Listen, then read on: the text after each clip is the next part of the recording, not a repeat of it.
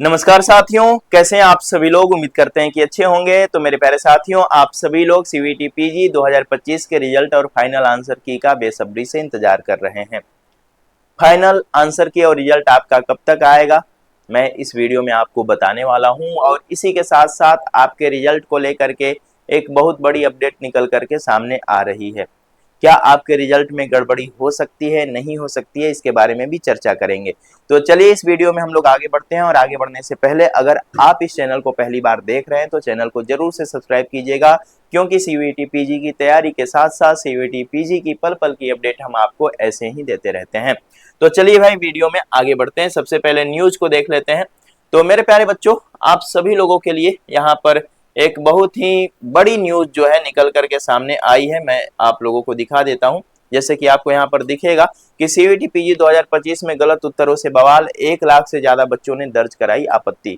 यानी कि लगभग 3.5 लाख बच्चों ने क्या किया है भाई, एग्जाम दिया है सीवीटी पीजी का, और 1 लाख बच्चों ने आपत्ति ही दर्ज करा दिया है।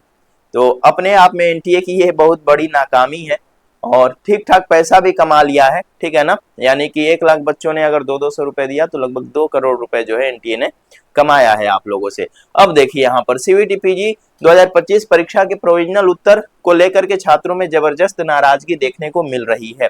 नेशनल टेस्टिंग एजेंसी द्वारा जारी की गई इस आंसर में 30 से 40% सवालों के उत्तर गलत पाए गए हैं। सभी प्रश्न पत्र की बात नहीं हो रही है, कुछ कुछ ऐसे सब्जेक्ट हैं जिसमें कि काफी गलत आंसर जो है एनटीए ने दे रखा था प्रोविजनल आंसर की में, ठीक है। चलिए, इससे न केवल छात्रों का भ्रम बढ़ा है बल्कि उनकी मेहनत और भविष्य पर भी सवाल उठने लगे हैं। एनटीए ने सवालों के ऑप्शन में गलत उत्तर रखे, ठीक है। चलिए अब यहाँ पर देखते हैं। एनटीए ने आंसर में गलती की, लेकिन इसकी भरपाई छात्रों से करवाना शुरू कर दी। प्रत्येक प्रश्न के लिए आपत्ति शुल्क 200 रुपए तय किया गया। 24 अप्रैल की आधी रात तक 1 लाख से ज्यादा परीक्षार्थियों ने आपत्ति दर्ज कराई, जिससे कि अनुमान लगाया जा रहा है कि छात्रों से करोड़ों रुपए की वसूली हो चुकी है। छात्रों को सही उत्तरों के साथ प्रमाण भी देने पड़े, जबकि उत्तर एनटीए ने ही गलत बनाए थे। अब देखिए भाई, पैसा भी दो, सही प्रश्नों का जवाब भी दो, एग्जाम भी दो, ठीक है ना। इसके बावजूद भी अगर कम नंबर आ गया तो एक अच्छी सेंट्रल यूनिवर्सिटी में एडमिशन नहीं मिलेगा। तो इतना सारा झंझट जो है एनटीए की वजह से आप सभी लोगों को उठाना पड़ रहा है। अब देखिए इन प्रश्नों में हुई चौंकाने वाली गलतियां, यानी कि सामान्य सामान्य से प्रश्नों का उत्तर जो है एनटीए ने गलत कर दिया है। यहाँ पर कुछ प्रश्न के जो है उदाहरण आपको दिए गए हैं। प्रश्न का विषय है, एनटीए का उत्तर है और सही उत्तर क्या होगा, ठीक है। चलिए, तो शिक्षा का मौलिक अधिकार उन्होंने 84वां संशोधन माना है, जबकि 86वां होगा।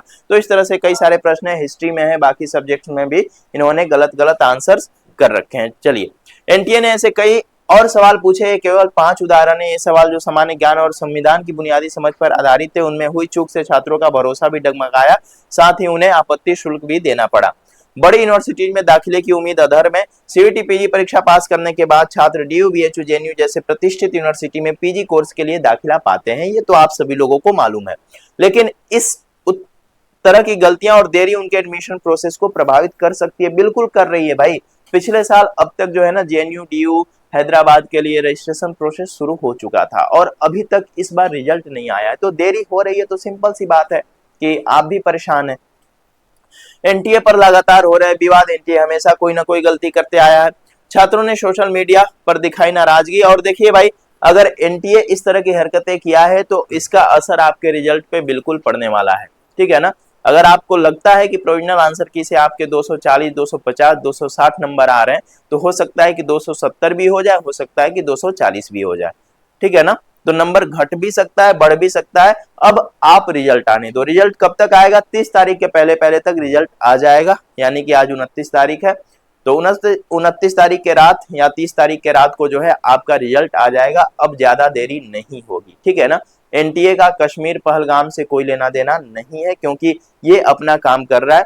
वो जो है हमारे देश के प्रधानमंत्री जी का काम है, ठीक है ना। जो भी चीजें चल रही है हमारे देश में वो सब तो चल ही रही है, लेकिन एनटीए अपना रिजल्ट जारी करेगा, क्योंकि ऑलरेडी ये काफी लेट कर चुका है।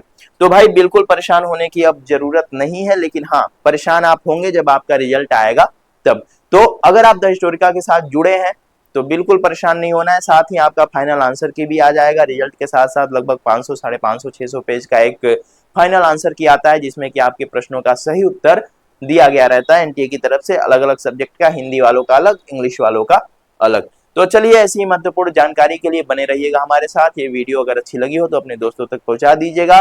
चैनल को सब्सक्राइब, वीडियो को लाइक और जुड़े रहिए हमारे साथ। बहुत बहुत धन्यवाद।